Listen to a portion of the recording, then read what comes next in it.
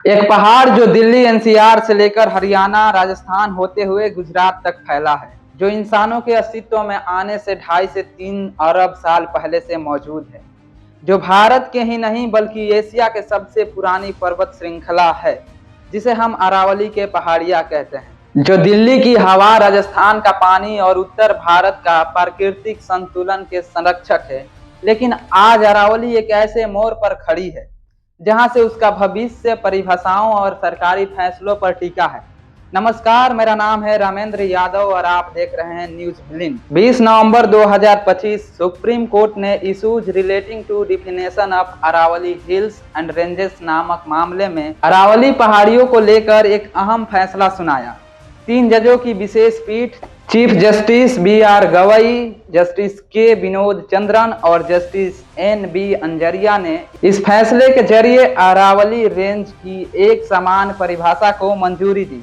सरकार का कहना है कि यह फैसला अरावली क्षेत्र के बेहतर प्रबंधन और संरक्षण के लिए है, लेकिन पर्यावरण से जुड़े विशेषज्ञों की चिंता अलग है, क्योंकि इस नई परिभाषा के लागू होने से अरावली का एक बड़ा हिस्सा कानूनी सुरक्षा से बाहर निकल सकता है और अरावली हिल्स का यही हिस्सा खनन और निर्माण गतिविधियों के लिए सबसे ज्यादा संवेदनशील है। यहीं से यह मुद्दा सिर्फ कानून और कागजों का नहीं रह जाता है, यह बदल जाता है विकास बनाम विनाश की उस बहस में, जहां सवाल यह नहीं है कि विकास होना चाहिए या नहीं, सवाल यह है कि विकास किस कीमत पर होनी चाहिए।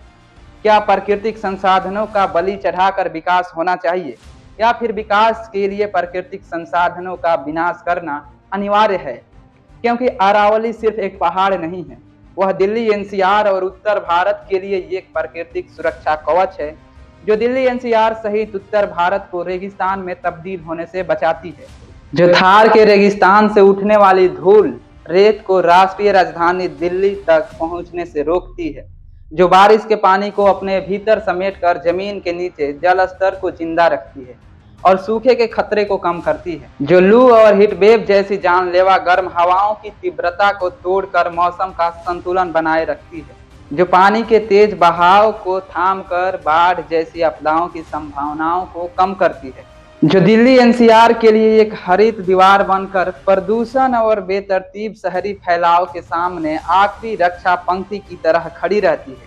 अरावली एक जैव विविधता का अहम हॉटस्पॉट भी है, जहां नीलगाय, तेंदुआ, सियार, लोमड़ी, भालू, हिरन जैसे तमाम वन्य जीव भी रहते हैं, जहां मोर, चील, गीद, उल्लू और सैकड़ों प्रवासी तथा स्थानीय पक्षियों की प्रजातियां भी पाई जाती हैं।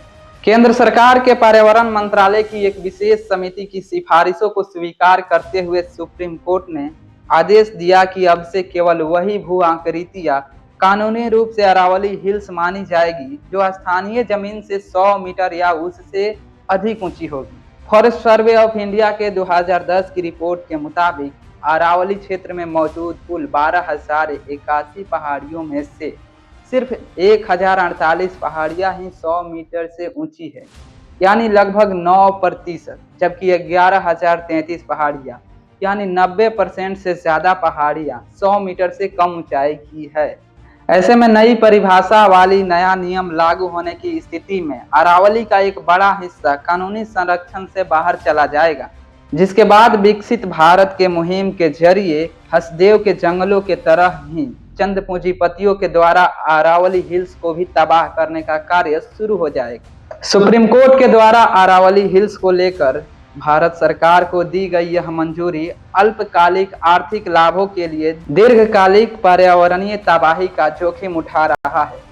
मानव सभ्यता जो स्वयं अरावली के अस्तित्व में आने के अरबों साल बाद आई, आज वह अपने ही जीवन रक्षक ढाल को नष्ट करने पर तुली है। अरावली की अनुपस्थिति में थार की धूल भरी हवाएं बिना किसी रोक टोक के दिल्ली एनसीआर और पश्चिमी उत्तर प्रदेश तक पहुंचेगी, जिससे वायु का गुणवत्ता और भी खराब हो जाएगी, जो पहले से ही दिल्ली दुनिया का पोल्यूशन कैपिटल बना हुआ है। सोचिए, अगर अरावली नहीं रहेगी तब दिल्ली का क्या हाल होगा। ये पहाड़ियां जल पुनर्भरण क्षेत्र भी है, इनके समतल होने से भूजल स्तर और भी नीचे चला जाएगा, जिसके बाद पूरे अरावली के आसपास के इलाका बंजर हो जाएगी। 2010 की फॉरेस्ट सर्वे ऑफ इंडिया के रिपोर्ट को अनदेखा करने को लेकर पर्यावरण कार्यकर्ता भी नाराज है कि 2010 की एफएसआई रिपोर्ट जैसे पिछले वैज्ञानिक डेटा के अनदेखी की गई है, जिसमें अरावली के व्यापक वन आवरण और पारिस्थितिकी महत्व को रेखांकित किया गया था।